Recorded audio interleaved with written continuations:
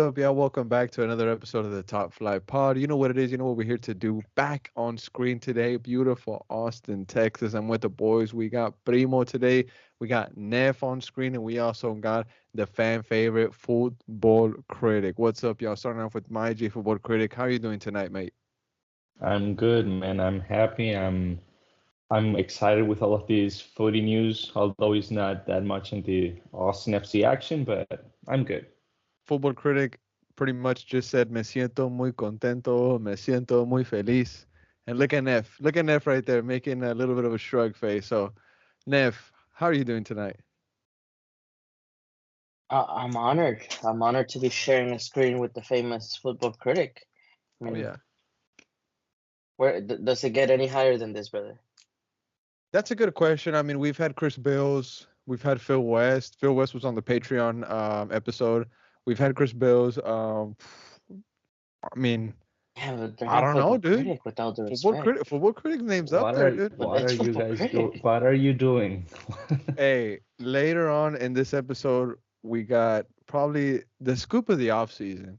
And credit to Football Critic, who was on this case for I don't know how long, but this guy was like a detective in the 1920s trying to solve the biggest murder crime in New York. You know, he was just staying up night and day. So we're gonna talk Yeah. about that later on tonight. Primo, how you doing today, bro? Doing good, bro. Doing all right. You must be okay. You must be pretty good, Tottenham.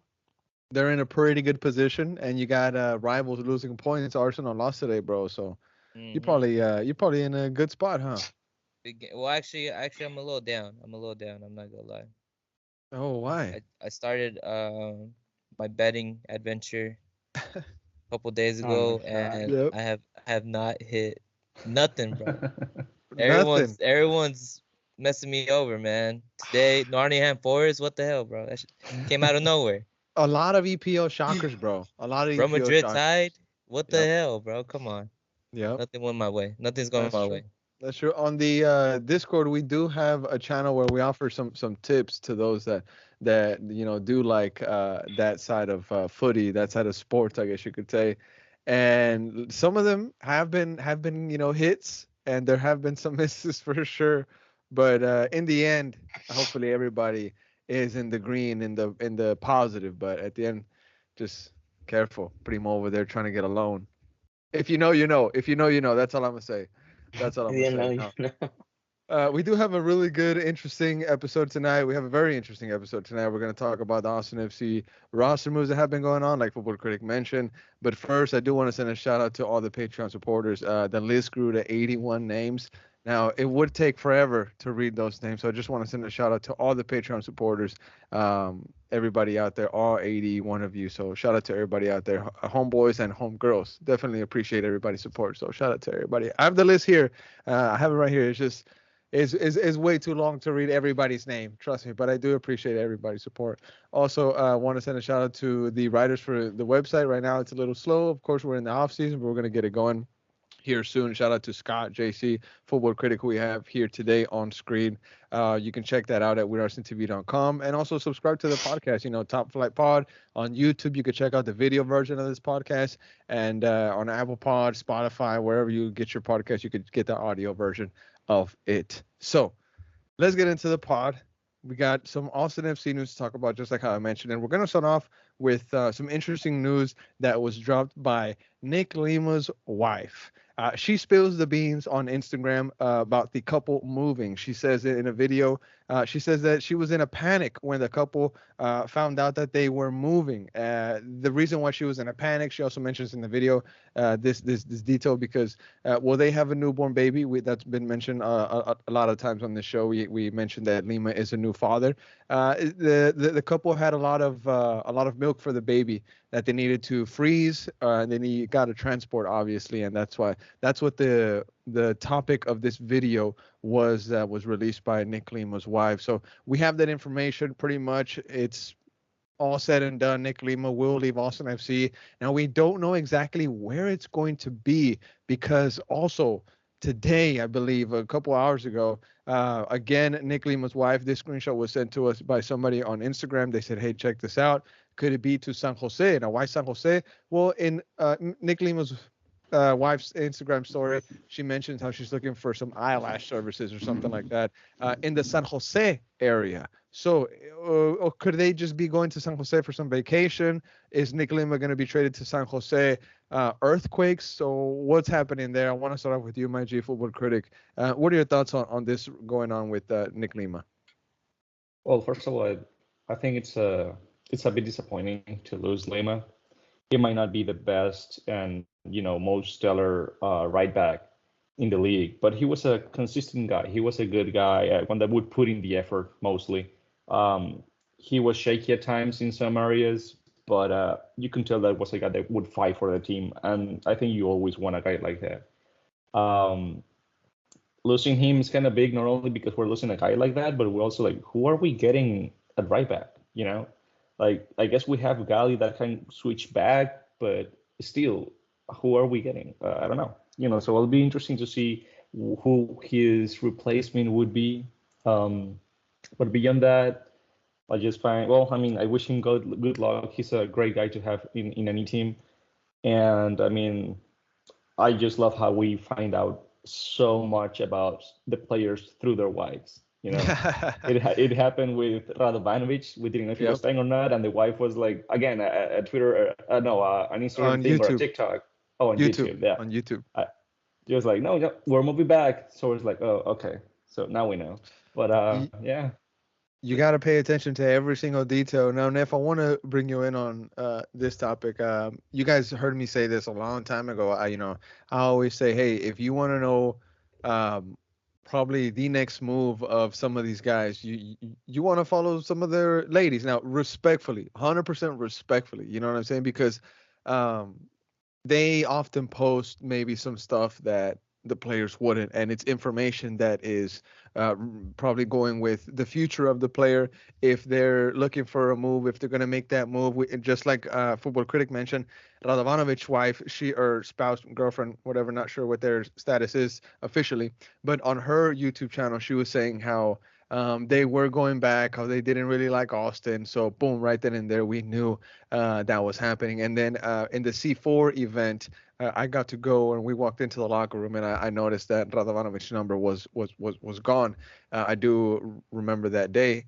They tried to say that it was because he didn't play in one of the last Austin games. It is what it is. But Neff, your thoughts on obviously everything going on with Mr. Nick Lima and that detail that Football Critic mentioned about how if you want to know some key details about this guy's next move is follow the wifey. Yeah, no, it's odd how sometimes you get information from the randomest places, but it is technically a close source to them, so it is always something to look out for. I do think it's unfortunate that we're losing Lima, but I'm not so surprised, being the fact that he's one of very few players that have some trade value in them. So if Rodo needs gonna clear up space, and he's gonna make room for other players, then Lima's probably one of those players that is very, very movable. Also, I think he was probably on one of the on a club friendly contract. So it's if you keep him, you win. If you don't, you also, I mean, he's one of the ones, like I said, you can get something out of. I don't think he's going to San Jose. I mean, let's keep in mind that they don't start playing again until February, and preseason's not till January. So he's got quite a bit of time off to go back home to San Jose and figure out whether if he's going to the Revs and everything to find a home and everything. Yeah, definitely, mate. Now, I want to get Primo in on this topic since he was talking about betting earlier. Neff mentioned how he doesn't think he's going to go to San Jose. Primo, if you had to bet on where Nick Lima were to go next, would you say he's going to the Revs, like Moontower mentioned, or would you say that he's going to San Jose, as to some people are speculating because of his wife's recent story posts? I mean, I don't know. It's kind of hard to tell. But I would probably say he's going back to San Jose. I mean, he's about 28, 29, so maybe seeing out his career in San Jose. He had I know he has a good relationship there with that team. Spent many years there. I think he came up through their academy also. So, Mm. my bet's on San Jose. But either way, I think whether he leaves to the Revs or not, I hope he finds a good settling team for him. He did a lot for AustinFC. He's a guy that will play for the badge. Definitely gonna miss Nick Lima. He was always one of my favorite players from the start. Facts. Yeah, man, it's gonna be hard to replace him. It's also exciting. We'll see who we also bring in. But shout out to Mr. Nick Lima, and wherever he goes, wish him the best of luck. Couldn't agree more, mate. Nick Lima was one of my favorite players in this Austin FC side. When his name was on that team sheet, it brought me a bit of security in that back line. And that's crazy to say because our back line, I don't know if you can associate them with the word security at all in the past couple of seasons for this club. Or this season for sure. 2022 was different with Ruben, right? Just real quick, some numbers that go with Mr. Nick Lima. He was making $375,000 in guaranteed compensation for Austin FC. Some numbers for him, stats wise. In 2023, he had 39 appearances, 1 goal, 3 assists, 2,800 minutes. Nick Lima, all time, 104 appearances for Austin, 1 goal, 9 assists, 7,400 minutes for Mr. Nick Lima. Just like Primo said, wherever he goes, we definitely wish him luck here at the Top Flight Pod. Ooh, excuse me, had a little burp there. Now, gentlemen, moving forward, I want to talk a little bit about Maxi Urruti because in the Discord, in the Transfer Rumor channel, we had a very interesting conversation earlier today. We had a very interesting conversation yesterday, thanks to Il Capitano. If you know, you know. Shout out to Il Capitano Verde. Interesting account there. But yes, we're going to talk about Maxi Urruti because he was the topic of discussion in the Discord Transfer Rumor channel. Because how can I put this into terms for the Top Flight podcast listeners? Well, it turns out a source and I had a conversation. It was very interesting. It was about Austin FC. This source is close to the club, obviously, right? Knows some of the players. Won't get into too much detail on that, but pretty much this source communicated to me that Maxi Urruti was told to train by himself, to kind of work out by himself in the last week of the season when he was with Austin FC. He was told that he was no longer part of the project, no longer part of the team moving forward. A lot of fans saw that in the last game, he wasn't even on the bench, not on the team sheet at all. Maxi was non-existent. We've seen on his Instagram post last Halloween in Austin, restarting. Is he going to San Jose? All this stuff. His agent had a conversation with me as well. And he says that there's offers, but that they can't do anything until X time or X date. I think it's December 7th or something like that due to MLS roster rules, right? But Maxi, being made to train by himself because he's no longer in the plans, part of the project moving forward. I want to ask you, Football Critic, is this harsh? Is this humiliating for a player? Because you can be anti-Maxi, you can say that he is a bit of a distraction in the locker room, but is this harsh for a player? I don't know if humiliating, but I would say it's kind of harsh. Yeah, I mean, you can maybe not have him in your plans anymore, but at the end of the day, he's just one more piece to the roster, right? Like, why do you need to just exclude him from the group? Like, what's the need for that? At the end of the day, we only have 3 strikers. One has to start, one for a sub, so you're just eliminating the third option. So I don't know. It's kind of like unnecessary for me. Maxi, I believe, was at some point in history, I don't know if the entire season, the guy that would create the environment, the connections in the locker room, right? The guy that would try to tie everyone together into a single group. We know our locker room hasn't been the same as last year, but to get that guy out just like that, when his contract is running out, so there's no need to get him out in a separate training So I don't know. I think it is harsh. It wasn't necessary, but whatever. It's done. He's leaving. We're not having him anymore, and just wish him the best. Now, Neff, this conversation that I had with this person also, there was another detail that was in this conversation that I want to bring you on, is the fact that these San Jose links can pretty much come to an end because this person told me that the San Jose side is not in Maxi's plans or not in his future. It's not one of the clubs that are interested in him, and I say quote unquote interested because we don't know if it is in fact that there are teams that have offers for Maxi or have expressed interest in him already. So I want to ask you, and if it's not San Jose, if those links can come to an end, I mean, where do you see Maxi going? I see him going back home personally.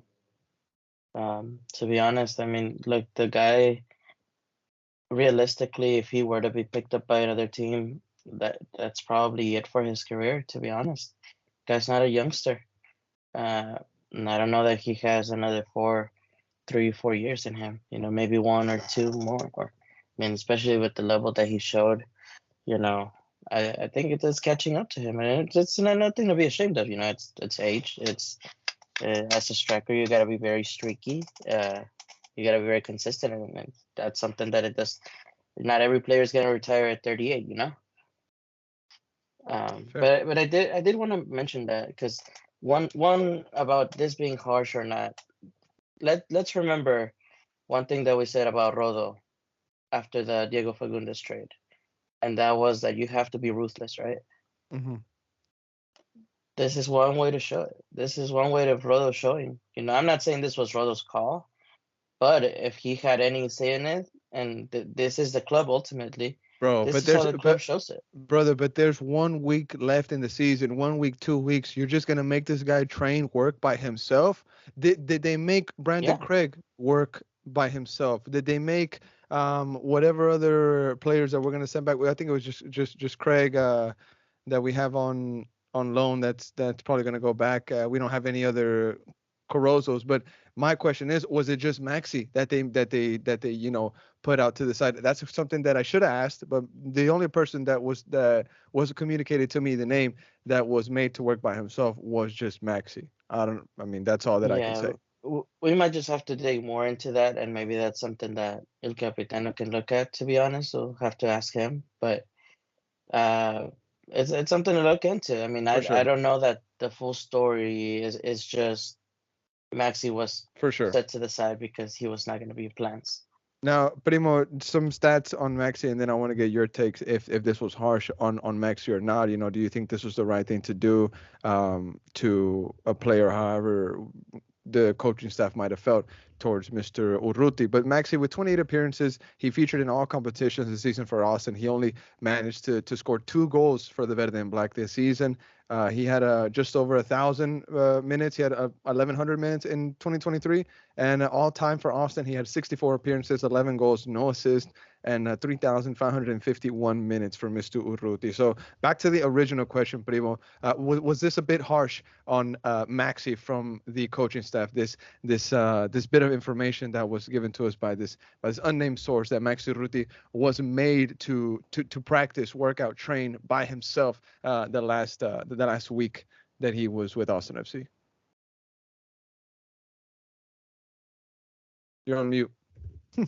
All right, got There it. you go, mate. I'm gonna go ahead and say no, man. I'm gonna go ahead and say it wasn't harsh. I mean, to be honest, like our last couple of weeks, we weren't fighting for nothing. There's nothing on the line for us anymore. So with all the hints he's been giving off this whole season, because he's been giving off hints, months prior to recent news. I don't know if the club took that a certain way, but if he's not in the plans or there wasn't really much going on towards the end, why include him with the first team? I mean, that's football, man. That's soccer. That's how things go sometimes, and it does suck a little bit because he was such a big part of last season, but he's out the door. He's out the way. So I don't know where he's gonna go next. It's kind of hard to tell with his age and with his goal contributions he's had throughout the last seasons. I kind of want to agree with Nev. He might be going back home. I don't know if any other MLS team can benefit from him, to be honest. He might just go home and retire, or it might be one of those situations where he can't get an agreement with any team, and he might just retire this season. Who knows? I have seen some Austin FC based journalists mention how he can get into commentary. That's something interesting that Maxa can maybe do. We'll see what happens there. Football Critic, before we move on to the next topic, I do want to ask you, today we did start the South American Footy channel in the Discord. Seems like everybody thinks that Maxa could be going back to South America. If you could put him in a team anywhere in South America, where would it be, mate?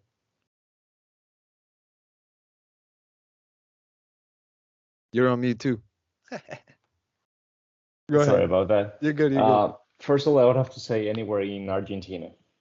Mm. I think that's where he would feel the most comfortable, going back home. He's always posting stuff about his home team, the Newell's Old Boys. Yeah, true. So I think he would just go back. It wouldn't be rare for an Argentine team to pick him up.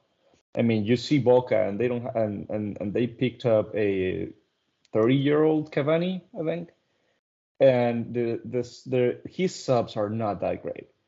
You look at River, and they picked up Rondon, who is also old and not doing much, and he got better, but his subs are not that great. So I'm not seeing strikers being the stars in Argentina right now.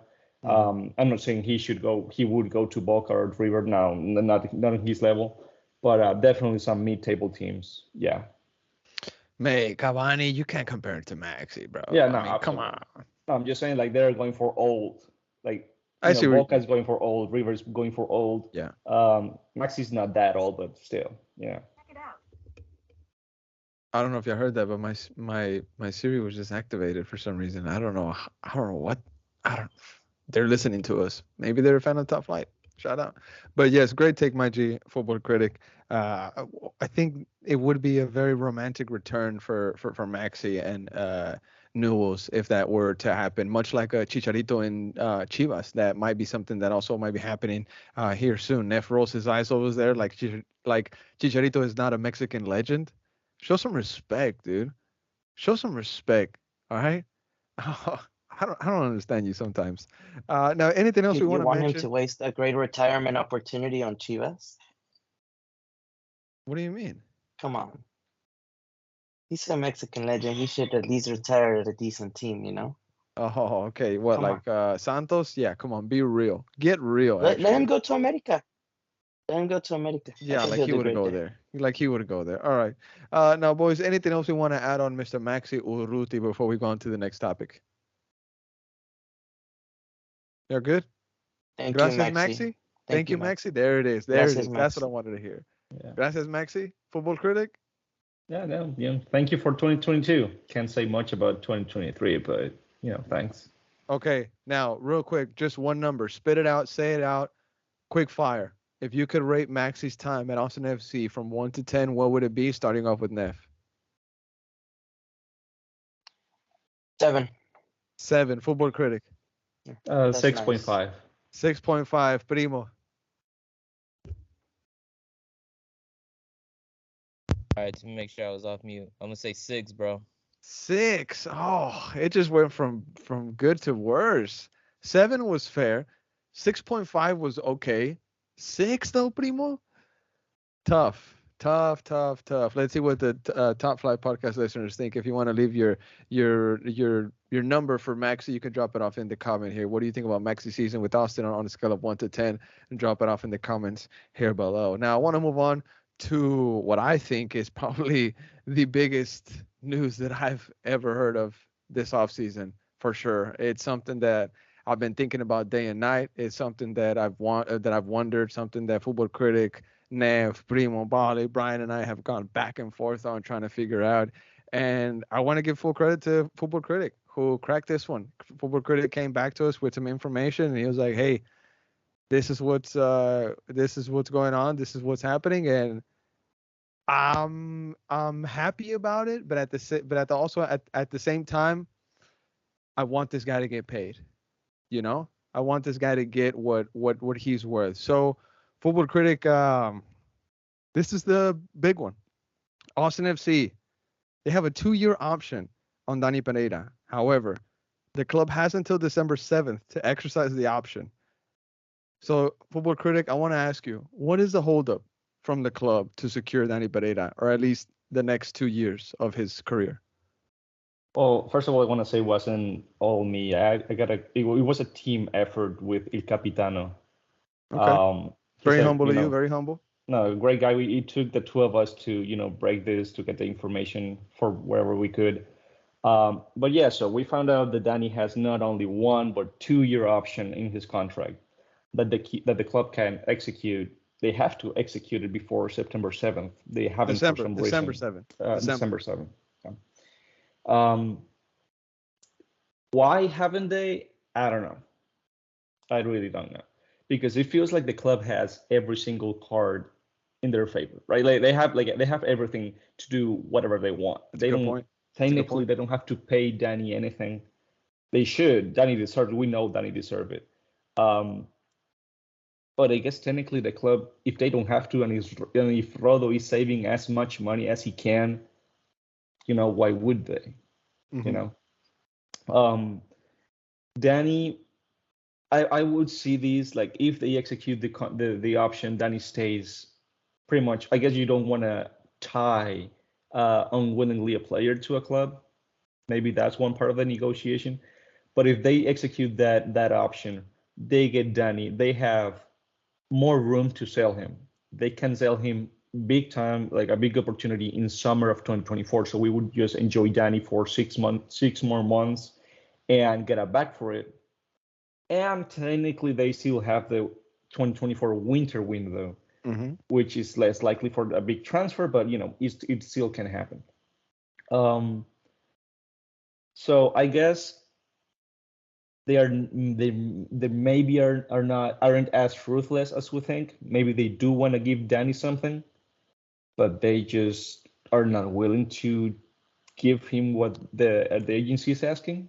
I think you hit it spot on when you said that that Austin FC holds all the cards in this, because they have that. Not only is it 1 year, they have 2-year option, is what you and Capitano brought back. The club obviously has that option to say, hey, we're going to exercise this 2-year deal, this 2-year option. And Dani is at, I believe he's at 118. He would be at that those 2 option years. I mean, maybe those option years come with bonuses. I don't know, but that's the reality of some of these GA contracts. I think if you're that good, if you're that much of a baller, you get that extended 5-year deal. So of course, Dani Pereira, being the superstar gem that he is, you wanted to secure him with that 5-year number. That's exactly what Austin FC did. So football critic, with what I think personally, and Capitano also, with probably with the scoop of the offseason, the fact that Austin has that 2-year option with Dani Pereira. Now, Neff, I want to bring you in on this topic as well, brother. Dani Pereira, somebody that we have followed very closely here on this pod and in the group chats that we've had. Now, if you were on Discord, you knew about this. When was it? When was the news dropped? Yesterday in the afternoon, if I'm not mistaken. That's when Capitano dropped it.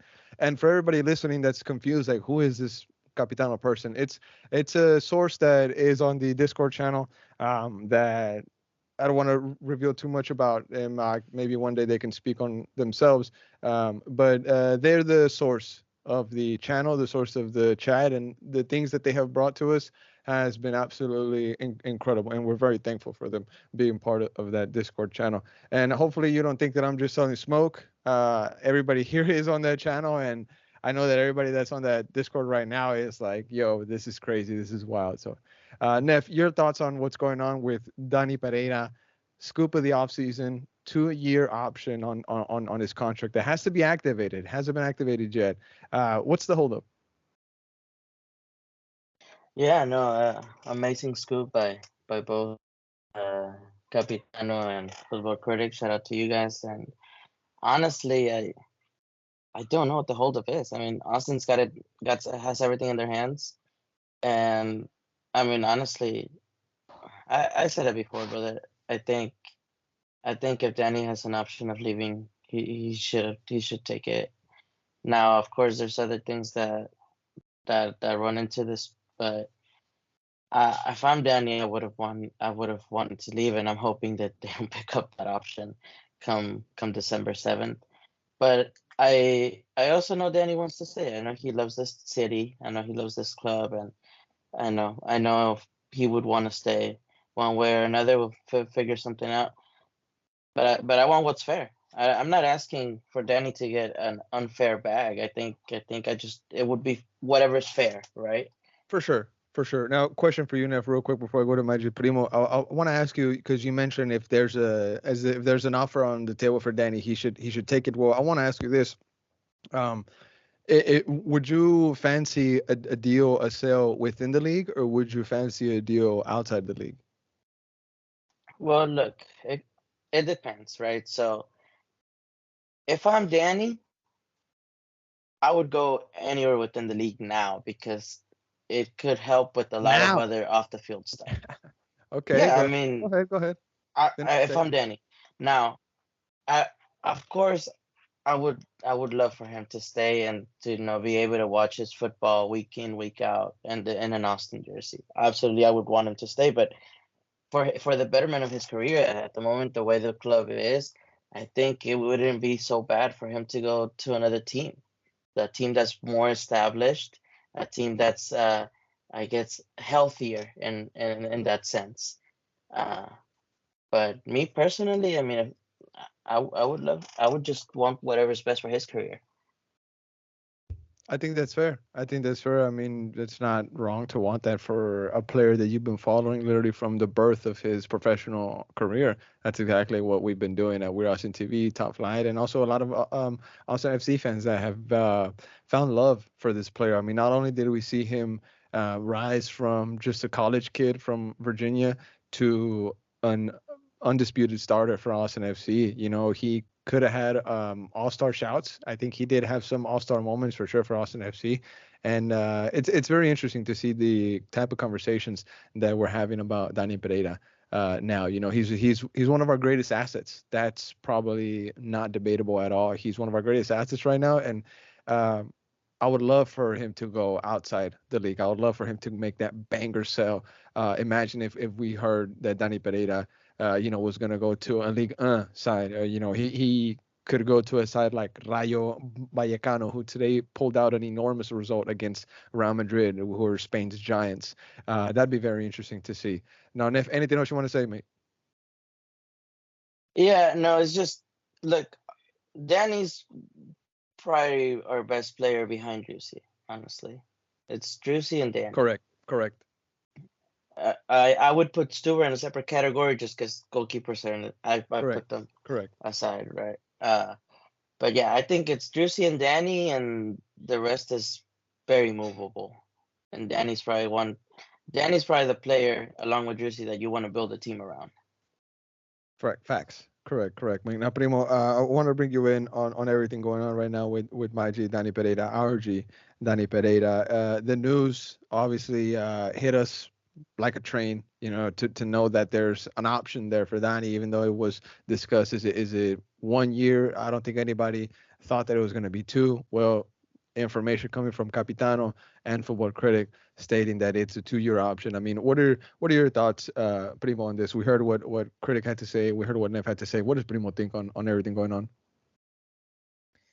It's a whole crazy saga right now with Dani Pereira, and we're gonna see how it ends. I mean, I think I don't know what the holdup is. Maybe it's some kind of agreement issue, whatever the deal is. Because you wouldn't think they would wait this long with it being a month away before they have to officially decide on what to do. I feel like they would have maybe decided a bit sooner, especially without any pressure from playoffs or anything like that. I feel like they would have gotten this guy settled in by now. But I don't know, man. I think whatever the next step is for Dani Pereira, whether it's within the league or outside, it's going to be definitely his next big step. also, we got this guy in the draft. We sell him for anything. It's a profit for us. Yeah, great point. So great point. I would love to see him out of the league. I think he did his dues here in the MLS. I think he's due for something maybe in Europe. And to be honest, coming from the draft into an expansion team, any team in Europe right now, whether it's mid-table, the French league, the Turkish league, I think would be a next, step up. So, whatever it is next for Dani Pereira, I would love to see him here in MLS, here in Austin, for a couple more years. But, it's getting to that time. It's getting to that time where we're gonna have to either see him leave, stay, whatever it is. Now, two things before we get critics' take. Primo wants Dani Pereira to join Musa Jite in Turkey and form a super side in the Turkish league. Apparently, I see what you're trying to do. You betting maniac over there, trying to bet on the Turkish league, trying to build a super team. I'm just kidding, mate. I forgot what the other one was. I got sidetracked with this Musa Jite. But football critic, I think you have a final take on this. Yeah, I just wanted to add two more things, and both are connected. We're talking about Dani being sent off possibly to the French league or to some European. It wouldn't surprise me at all, considering that a Venezuelan teammate of his and one that he played with while he was living in Venezuela as a child, Christian Cáceres Jr. He was playing for the New York Red Bulls last year, and he got sold to Toulouse in France. And he's been doing great. He's been getting assists. He's been being a key piece. If they already know that a Venezuelan coming from MLS is doing that in France, I wouldn't be surprised that a guy with the profile of Dani would have the same path, straight jump to France. And also, Dani, he had an interview recently with a Venezuelan reporter. Yes. He shared it in his Instagram, so you can go check it out and go to the YouTube link. In that interview, he said that technically, like the Venezuelan coach, the national team coach, told him that he's going to be called up for the Copa America next year.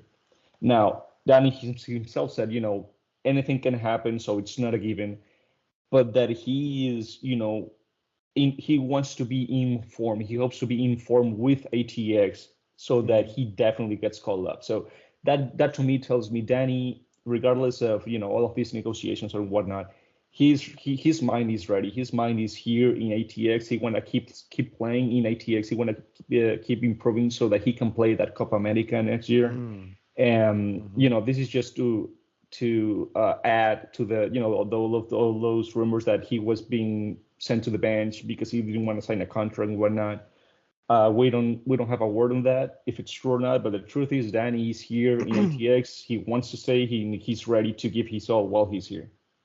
So on that note, right there at the very end, football critic, you mentioned about those three infamous games that had a lot of us left in question that why was Dani Pereira not played in those last three games for AustinFC. Now, the conversation that I had recently with this source that told me about the Maxi situation, how he was made to train by himself, that made him very upset. This source also said that there was nothing from Wolf in like a bad manner or whatever that to not play Dani Pereira, that this person believes, this source personally believes that it was just due to a tactical scheme that Dani Pereira was not played. And also in the very last game, there was nothing to play for. It was absolutely meaningless. So this person believes that there was nothing negative for no reason why they benched Dani in a negative way. So maybe that's something that we can add on to that, football critic. Now, anything else we want to add on Dani Pereira, guys, in this probably bombshell that there's a 2-option deal for Dani Pereira, 2-option year deal for Dani Pereira? We're good, mates? I'm just gonna say keep an eye on Rodo. I mean, okay. if the plan is to sell Dani in 6 months, Rodo is definitely going to have a plan ready for the midfield without Dani. So not so much in Yeah. Dani, but what Rod is going to do or planning to do without Dani is going to be interesting. I don't think this team can move forward without Danny. Is not yet. Not yet. Sooner or later, that's going to be a reality for us. Because one of the things I did want to mention whenever Primo finished his take, well, he was mentioning how he feels like his time with MLS is already due. It'd be heartbreaking to see Dani Pereira dress in the jersey of another MLS side. It'd be heartbreaking to see him, dress in that LAFC black and gold in the Nashville yellow, in the Columbus yellow, in the Orlando purple. Dani Pereira is a better than black player. So that's where he needs to be. We need to get that European big sale, make everybody happy, make Precourt happy with a big sale so he can fill his pockets respectfully, and all the other people that are part of the Austin FC ownership respectfully, and make Dani Pereira happy, who has said in multiple interviews where his sights are set on Europe, like every player on this side of the world. They all want to go to the old continent. They all want to go to either the Championship, the Premier League, La Serie A, La Liga. The list goes on, the top 5 leagues of Europe. So we'll see what happens in the future. Top Flight Podcast, you heard it here. Dani Pereira with an option for 2 more years. Austin FC has that option. Good job, Football Critic. If you know, you know. El Capitano. Let's see. Some other Austin FC news. Chris Pinkham. It is his birthday. Shout out to Chris Pinkham. Happy birthday, bro. We did post on the We Austin TV story. We said happy birthday. He replied back or swiped up. He was like, hey, thank you guys for the love and the support. There was also an interesting story that was posted by, I believe, Valentin Noel, where he said, happy birthday, Chris Pinkham. He said, I'll miss you, bro. 2 things. Is Valentin Noel going to miss him because Valentin Noel is joining the first team? Or is Valentin going to miss Chris Pinkham because Chris Pinkham maybe they found a move for him? So I want to start off with Football Critic. I mean, is Valentin Noel making a move up, bro? I mean, to me, it sounds like it's more of a farewell. Like, we have guys on the first team that are still communicating, hang out, and do whatever things with the second team. So Valentin Noel can move to the first team, yeah. But to me, that seems like a farewell. Confirmed, it is Valentin Noel. I have his Instagram story right here. Boom, he says, happy birthday to this very inspiring person. I'll miss you. Right there on the bottom in the corner. Like, bro, you're not going to hide anything. Come on. Right there in the corner. You're not going to hide it. Neff, you think this is Valentin Noel going to the first team, or is this Chris Pinkham maybe on the move? As much as I would love it, I don't know that Noel's gonna get that first team contract yet. So I'm more inclined to believe it's a farewell for this Pinkham. Interesting. I think Pinkham is one of the older guys on this FCito side. One of the, I say older, but he's like 22, maybe 23, if I'm not mistaken. Maybe if we can check that out. I want to fact check how old Chris Pinkham is, but maybe they could be making room for other players that are going to be coming in through the academy and stuff like that. Now, Primo, anything you want to say on Mr. Chris Pinkham, or also Valentin Noel? Maybe this opens the door to the possibilities of him coming up. Yeah, I think Chris Pinkham is on his way out. The guy's 25 years old. He's 25. Yeah, I just saw that too. Good stuff. 25 years old. A little bit on the older side to be. Ya está grande. Ya está grande. Jugando con los niños. Nah. Jugando con los niños. Nah, I think he maybe like a USL team, maybe, hopefully, but yeah, I don't think Valentino's moving up to the first team quite yet. Maybe another season with MLS, next pro, Austin FC too, and maybe we can talk after that. But in my opinion, the Chris Pinkham's on his way out.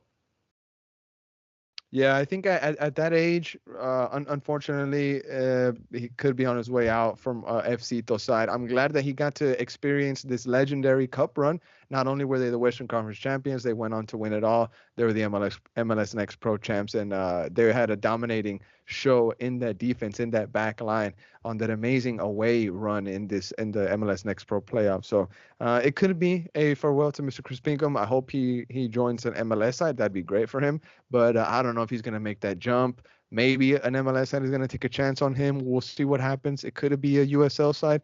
We'll see. Maybe another MLS Next Pro team. We'll see what happens there. Let's see, gentlemen. Is there any other any Austin FC news that we missed tonight that we could touch up on? Is there anything? I think maybe Ethan's already good. We talked Lima. We talked Dani. We talked Maxi. I think it's good. I think we're good, boys. Now we got to move on to the European segment. That's definitely something that we do have to take care of tonight on the Top Flight Pod. So before we get into that, I want to send a shout out to everybody for joining us tonight on the pod. And I do want to jump into the European segment. Shout out to Bali. Shout out to B, who could not be here tonight. They're celebrating some birthdays with the family. So shout out to them. You got to be with the fam right now. Let's see. We got Girona as league leaders in Spain. That's where I want to start off with tonight. And I got my G Football Critic in here on screen today. So, Football Critic, you're not a Girona fan. At least I don't think you are. But you're following very closely this season. Now, Neff, get your response ready because you're tied into this as well. So, Football Critic, Girona league leaders by themselves, not tied, not anything like that. Your thoughts on this crazy season. And you have maybe a bit of a connection to that team. Why? I'm excited. I'm happy. Well, for one, we all love a good, underdog story, right? We all were excited with Leicester when they won the league, the EPL. It was amazing. And this seems to have that same energy. So it's exciting to see a team that's usually, weak, going over, like being 2 points clear from Real Madrid, from Barcelona, from Atletico Madrid. So I'm happy. Second reason I'm following Girona closely because they have a Venezuelan player, another midfielder who used to play in MLS too in New York City, and who is going to be the future captain of the national team, who is Yangel Herrera. This guy is the teammate of Dani, is the guy that I would love to see next to Dani in a team, and is a midfielder that plays offensively and could. I feel like it's the type of midfielder that Dani could be at some point. So it's exciting for me to watch him being at Girona and being successful. He's got, as a midfielder, he's got 4 goals in La Liga, I think. So, he's doing really well in that Girona team. Now, Neff, your own bud, your own mate, Football Critic mate, it's Alex. He's over here rooting for this season. You can call Girona the enemy because right now, bro, they're 2 points ahead of your beloved Real Madrid, our beloved Real Madrid. I know, Neff, you bleed white. I know that Real Madrid runs through your DNA through and through 100%. I know that you got a soft spot. You got love for Austin FC. But let's be real. Your true love is Real Madrid. Right now, we're relying on Jude Bellingham. And that cost us in the game against Rayo. Nothing was created. And now Madrid falls behind Girona. Football Critic, you just heard him right now. He's happy. He's over the moon. How does Neff feel right now? It's always good to see a friend of mine celebrating, but it's also true that it's November, right? I don't think the season ends today. Okay. For all those, because you were talking crazy. Example. You were talking crazy before the pod. No. Yes. Yes. Okay, listen here. Okay. The season starts in August, and I believe ends in March or April, around those. For sure. It's a long time. And this team has never been in the position where it is. Although props. However, we lost because of our performances. We didn't lose points because Rayo was in any way, type of form superior. We lost points because we just didn't perform. And it's getting into a pattern where it's very frustrating to watch. I think Ancelotti, as decorated as he is as a manager, he needs to understand that he does not have players to play the 4-4-2 and any type of configuration he wants to play in. It's very frustrating trying to watch Vinny play 9, even when Joselu's there. Like it doesn't sit right with me. It doesn't look good on the field, and also the dependency, either Luca or Tony Kroos, is it's ridiculous. ridiculous. Okay. All right. Fair. Now, Primo, I want to bring you in on this discussion as well. I know that you're a big Real Madrid fan yourself. We hear what Neff had to say. He seems upset, kind of maybe discrediting Girona just a little bit. Girona, a City Group team, and we know that the City Group is no slouch. We know that they come packing. We know that they come with firepower. They're rock stars in the world of football. Rodo Borrell, an ex-member of the City Group. Do people like Neff, do fans like Neff need to give this Girona team maybe a bit more credit, maybe show them a bit more respect? Absolutely, bro. Show some respect, Neff, please. Show some respect for Girona. I think, they're up there for a reason, bro. Respectfully, they're doing the thing, like you mentioned, coming from a good ownership, the City Football Group. We'll see. I mean, we kind of spanked them whenever we played them, but since then, they've been in great form. Mm-hmm. Real Madrid kind of losing out a little bit against Rayo Vallecano. I really wish we would have picked up those 3 points, but I mean, it's not the end of the world. There's still lots of football to be played. I think it's interesting and exciting to see Girona up there right now. A different contender in La Liga. You're used to seeing a lot of the same teams most seasons, but Girona definitely doing their thing this year. My thing is, I've been seeing like some articles and videos here and there about it maybe being an issue if they qualify for European football. There's like an ownership issue or something between With them City and Man Group? City. Yeah, like they can't What? have like 2 teams play It would either be City or Girona something going to like that. Champions. So I What? want to see how that plays out in the future. City might have to sell more stake of whatever they own in Girona. Who knows? Huh. But I think that's interesting. But like I Look at said, that. definitely pretty cool to see them up there. I don't want them to win the league. Maybe just qualify for champions. But good for Girona. Real nutty stat there from G Primo. I wonder what's gonna happen when that time comes. It kind of reminds me of the time where in the EPL, instead of a top 4, it was a top 5 because City was gonna be suspended from European play or something like that, and they were gonna win the league that year. So first place didn't get into the Champions League, so it was second, third, fourth, and fifth. It kind of, I don't know why, it just kind of makes me think of that. Now La Liga, Girona, as mentioned, in first place with 31 points. They've won their last 4. Real Madrid in second with 29 points. They drew today with Rayo. They won their previous match. They tied the match before that. They won their 2 previous ones before that. Barcelona in third place with 27 points. Atletico de Madrid with 25 points. They were part of the shockers this weekend in La Liga. They lost to Las Palmas, if I'm not mistaken. Athletic Club, they got 21 points, and in sixth place, Real Betis with 20 points. Now, shifting gears, moving over to the EPL, just real quick. I want to say something on that. On the Go ahead. one last Man. thing on La Liga. Sorry about that. Go ahead, Football Critic. Talking about the credit that deserve. I'm not saying Girona is going to win the league because, like I've said, it's way too early. Mm-hmm. And Girona has a big problem. That is the defense. Girona is a great team considering like they have had 2 amazing comeback games, losing 2-0 to win 3-2 and 4-2. So they can come back amazingly. Their attack is really good. Their defense is very shaky. So that's a bad part. But then someone told me like, I think it was actually King Koopa on the Discord. They said, well, maybe they just had an early easy schedule, right? And I was like, okay. I went through the table, and the only strong team they faced was Real Madrid, and they lost 3-0. But then I keep looking at the table, and what other team beyond Real Madrid, Barcelona, and Atletico Madrid are good that you can say, oh, I got a good or a tough schedule? You know what I mean?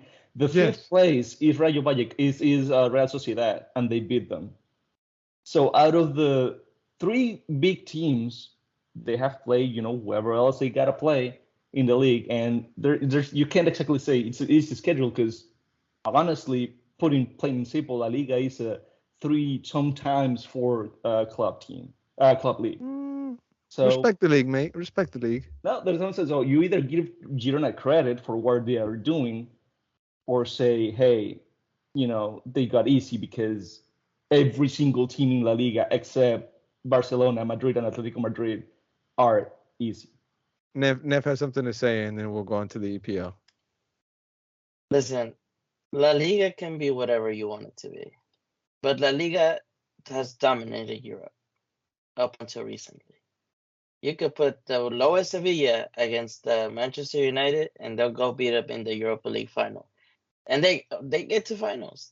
But La Liga Villarreal, or two same teams? thing. La Liga or two teams? Because the only Brother, ones that have Sevilla's won not are a top Real 3 team in La Madrid Liga. and Sevilla. What has Barcelona won? Bro, Barcelona's not even a top team. They get to Europa and they get What knocked out what in has round of Atletico 16. won?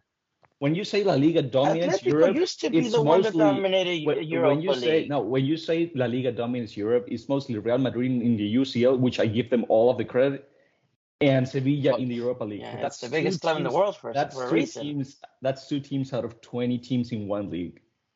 So that's two Yes, teams. but That's two most teams Spanish teams carrying an perform well entire league in on their Europe. back in Europe.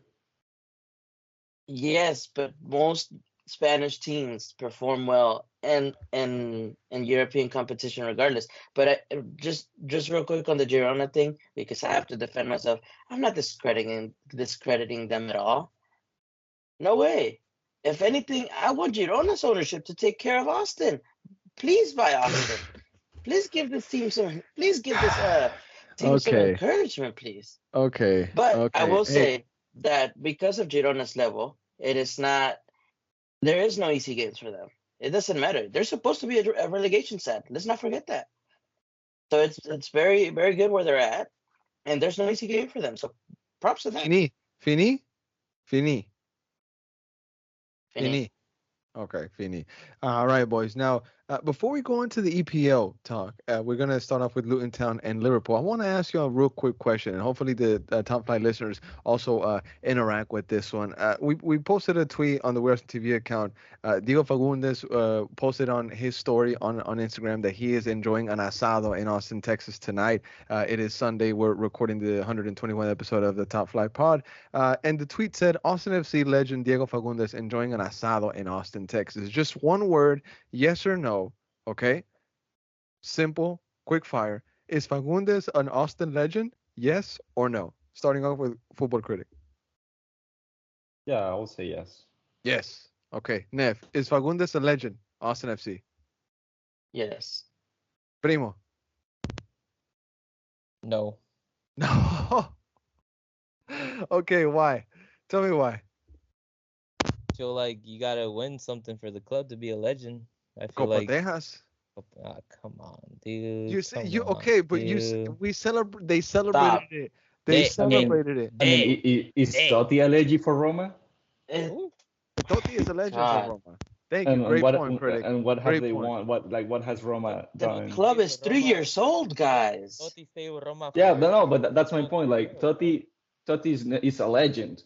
He didn't win much, but he's a legend. And Fagundes, Yes. yeah, he didn't win much, but we are 3 years old. So like Fagundes was here from the beginning and was the most beloved player. He was the one that created most in the club culture and with the fans and whatnot. So I agree. He's not that. It's not a player I would idolize. As a player, I'm not worshiping him as a Nazi FC fan, but he is a legend in the making of the club. Okay. All right. Now, Neff, you said LAFC won. They won the playoff series. They're on to the next round.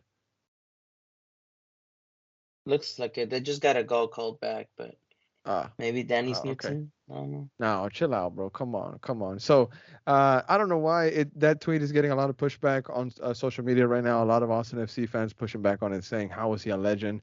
Fucho, shout out to Fucho. He's saying legend? Question mark. And I want to read one response here to Fucho's tweet.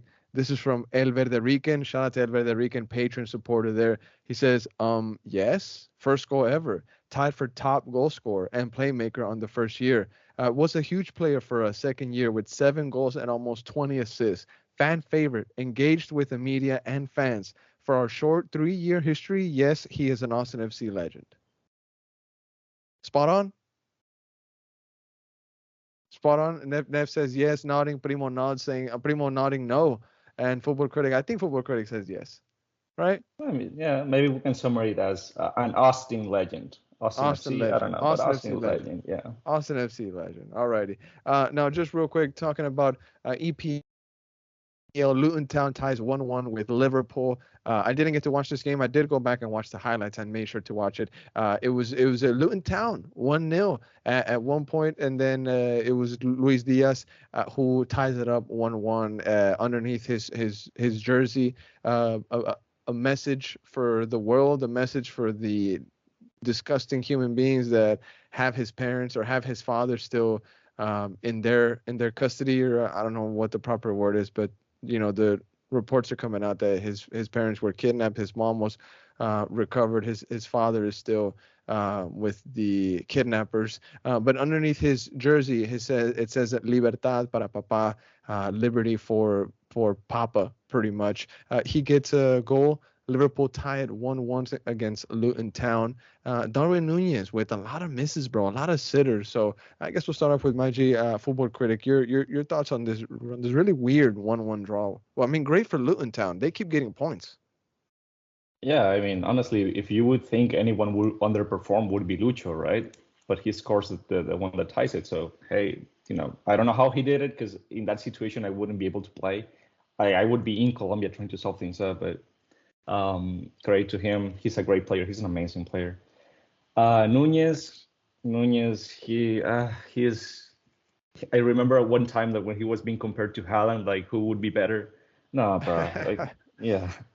But I don't know. Like, I just wish Lucho the best. Like, it was released by the Colombian government that a guerrilla group had his dad, which is kind of odd because technically the Colombian president is friends with that guerrilla group. So wow, it's weird. Yeah, it's a very interesting situation. But just wishing for the best, and hope that he. Is there any other details that Americans like myself wouldn't know because we don't follow the media in Colombia? Because I didn't know, like, that detail you just said, that the president has relations with this guerrilla group. Is there any other details like that you could share? Well, the president, Petro, he is an ex-guerrillero. He's an ex-member of a guerrilla group. I don't remember if he was part of ELN. Oh, yeah. I'm not as far as to say if that's true or not, but he's an ex-guerrillero and he has ties with them. He's supposed to be friends with some groups like that. So yeah, that on that end. The group is said to have taken both parents, then released the mom for some reason, but the dad is still being held hostage. And there's rumors, I don't know if it was confirmed or not, but that they crossed the border to Venezuela. Because the Colombian guerrilla took a lot of areas or parts of Venezuela and under their command, because the Venezuelan government is also friends with them. That's so crazy. It's a mess. South America is That's a mess. So crazy, bro. And I mean, it's so and it's just. It's hard to really take it all in to process it, because Lucho, you see him play week in and week out for a club like Liverpool that so many of our subs, so many of our listeners are a fan of, a team like Liverpool, and you just never think that that'll happen to a soccer player. They are targets in some countries. That's a reality. We've heard stories of players' houses getting broken into in Madrid derbies and Manchester derbies. Sometimes they've had family in the house when that has happened. So it's very tough, the kind of situations that some soccer players have been put into in their careers, and hopefully this gets solved for Lucho as soon as possible. Because Football Critic, you made just real quick, you made a great point. You said I wouldn't even be able to focus. I'd be trying to solve this, right? But credit to Diaz for staying focused and performing for his team. Yeah, no, absolutely. Because it gets worse when the fact that if it's true that they have their dad in Venezuela, the Colombian police can't do anything. They can't go into Venezuela to save his dad. So technically they have to make a pact with the Venezuelan government to do something. But at the end, but it's still weird because technically the Colombian president is their friends, the Venezuelan president are their friends. and yet his dad is not being released, right? So it's a very complicated situation. Very complicated indeed, mate. Now, just to switch topics, maybe something a bit more lighter. Let's see some other results around the EPL this week, and we were talking about it earlier. Some shockers around the league. We had Newcastle beat Arsenal 1-0. That was a bit of a weird goal. I did go to VAR. They were checking it at the end. They did award it. Arsenal slipping. You know, they are supposed to be title contenders. They're supposed to be superpowers in England now. Newcastle is a team that has, they have recent support from Saudi. They have some recent players, but Arsenal should be winning these games. I know Bali is, and all the Arsenal fans out there should be very disappointed with this result. Nottingham Forest, I know Mark Turner's got to be happy with this one. They beat Villa 2-0. Emi Martinez with a very questionable save, or I don't know. It wasn't really a save because one of Nottingham Forest's goals, Emmy gets a hand on it. It still ends up going into the back of the net. They saw the goal line technology there on that one. Now, on Monday, we'll see Tottenham Chelsea. That's a banger of a game. I know Tucker, Brian, King Koopa, Primo is going to be locked into that one. So I want to lead into that with you, Primo. What are your thoughts on that game going forward? Tottenham Chelsea tomorrow at 2 p.m.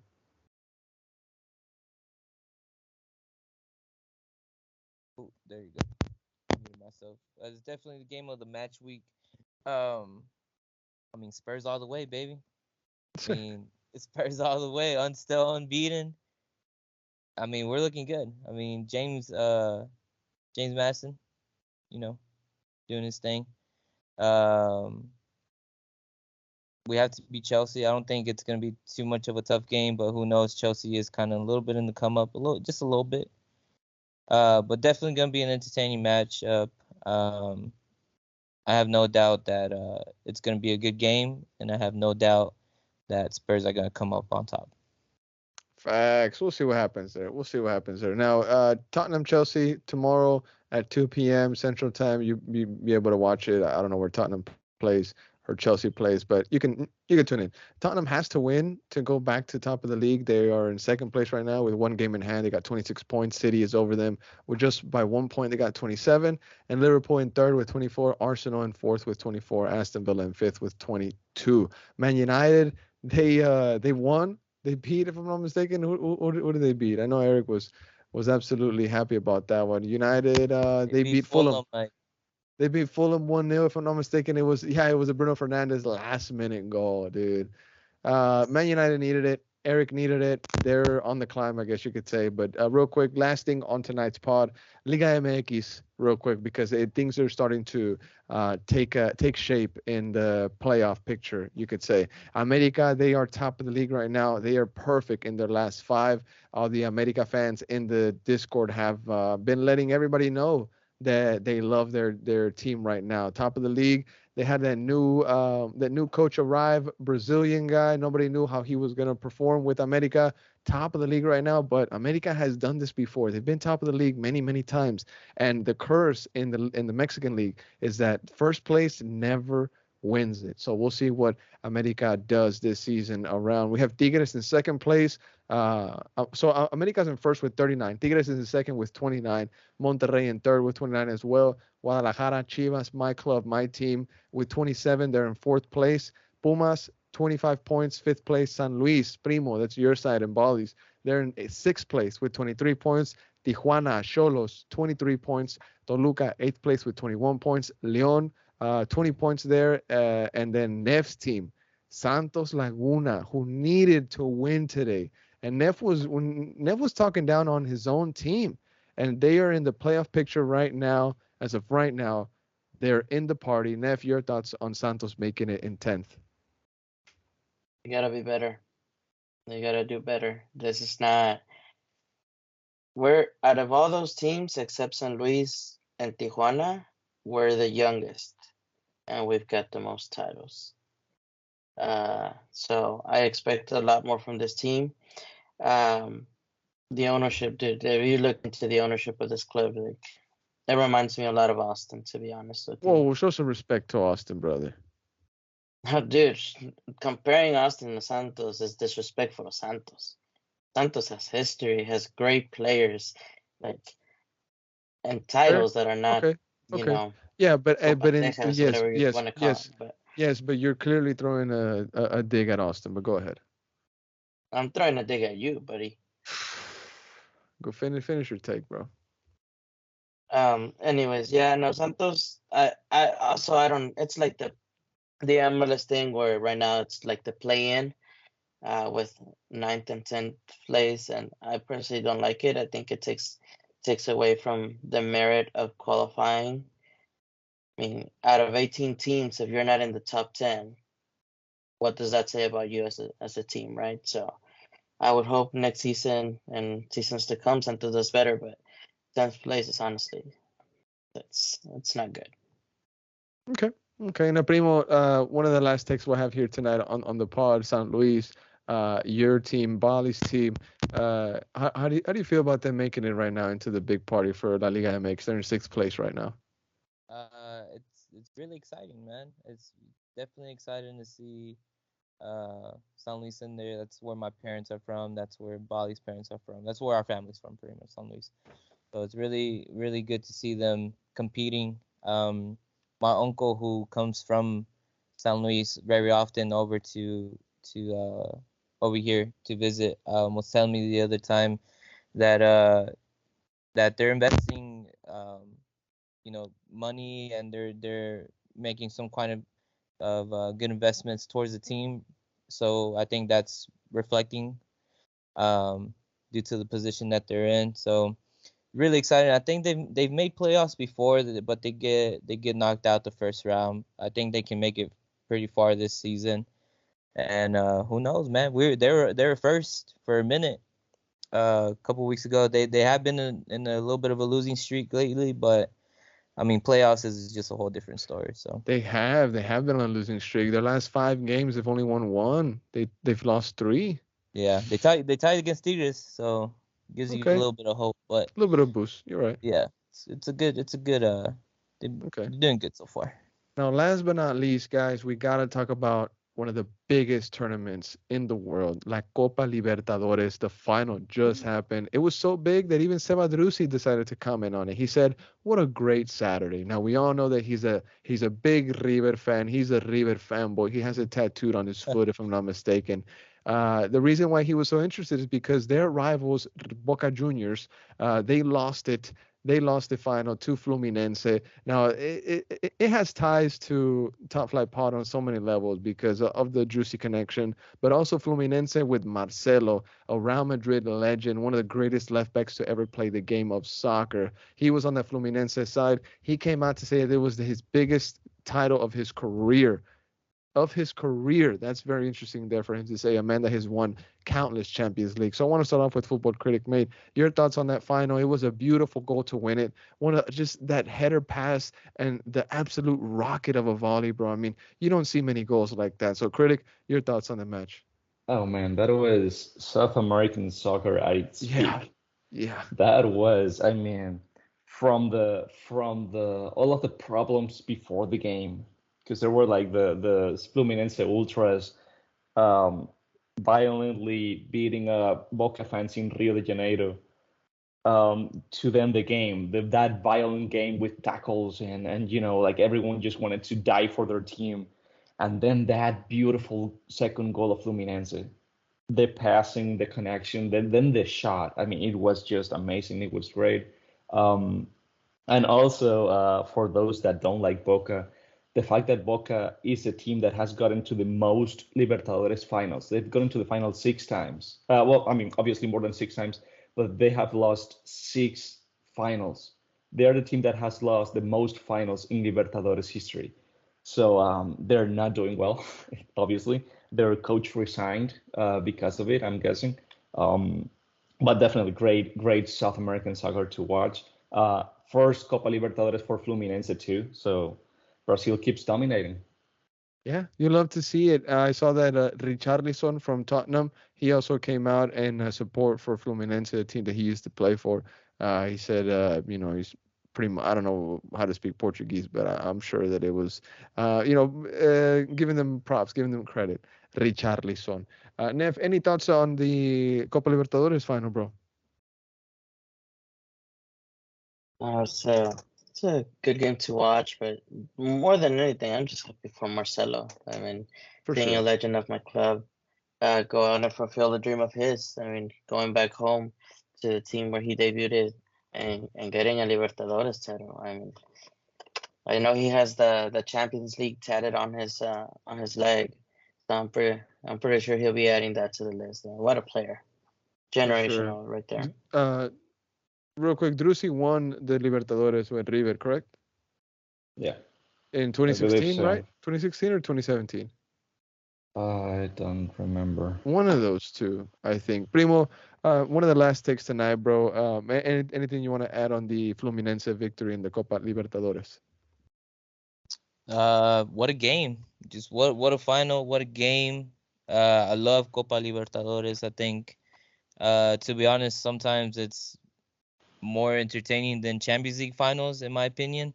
The passion that these fans bring, that the teams bring, what it means to the That's a hot countries take. out That's a hot there. take. That's a I hot mean, it's take. big, bro. A lot of people don't think it's big, but it's huge, and Yeah. I just love to see that competition flourish into what it is now, and um, it's up there with Champions League, to be honest. Okay. Fair. Fluminense winning their first title ever, that's history right there. Marcelo, being a handful of players who won both Champions and Libertadores, that's also cool to see. But yeah, big shout out to the team, to the fans, and hopefully everyone stayed safe out there. I know it gets a little crazy when it comes around these Yeah. times and Yeah, these that's big true. finals, especially in South America. That's crazy. Football Credit was mentioning the Boca fans like raiding the beach. I saw the Brazilian police show up right after, getting all those people out. Crazy scenes out there, bro. So I hope everyone stayed safe. But what a final. Cavani also said this was the match of his life, going along with a comment from Marcelo saying this was his best title ever. Also, with Fluminense winning the Libertadores, correct me if I'm wrong, that means that they see Club World Cup action, right? Yeah. Picture Real Madrid winning the Champions League this season. A Club World Cup clash between Fluminense and Real Madrid. Nef. There. Oh, Madrid sorry. already qualified for the next Club World Cup. Oh, okay. There's also That'll be held here. Yes. Football critic? no, that I had no idea, but there's this intercontinental Inter Americas Cup, something like that. I don't know. Mm-hmm. That has the CCL champions, the Leagues Cup champions, Sudamericana champions, and Copa Libertadores champions. Okay. In a tournament to win. I don't know, to win it all, I guess. So it's Miami. What was it? Miami in Leagues Cup, Liga de Quito in Sudamericana, Fluminense in Libertadores, and who was it? Leon won CCL, I guess. I think. Leon, no, No? was it Leon? Yeah, Leon won CCL. Yeah, Leon. They beat LAFC. Yeah, so Leon faces Liga de Quito, and Miami faces Fluminense. So Messi faces Fluminense. Messi versus Marcelo, boy. Yeah, Jordi Messi versus Alba, Marcelo. Marcelo, Busquets, Marcelo. That's a crazy Yeah. matchup.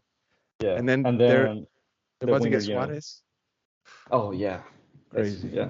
Crazy. Well, this will just wrap up the Top Flight podcast for tonight. Hopefully, everybody enjoyed the conversation that we had with Football Critic, Nef, and my G Primo. Shout out to B, Bali, and everybody that takes part of Reaction TV and Top Flight Pod. Thank you to all of our Discord members. Shout out to all of our Patreon supporters. You guys mean so much to us, mean the world. That support is tough to put words to, I guess you could say. We're gonna come out with more content. Make sure to just stay tuned. Keep an eye out for everything that's coming out with We're Russian TV and Top Flight. Nef left. I don't know what happened. His screen froze. But have a good night, everybody. Have a good morning, and we'll see you soon. Later, y'all.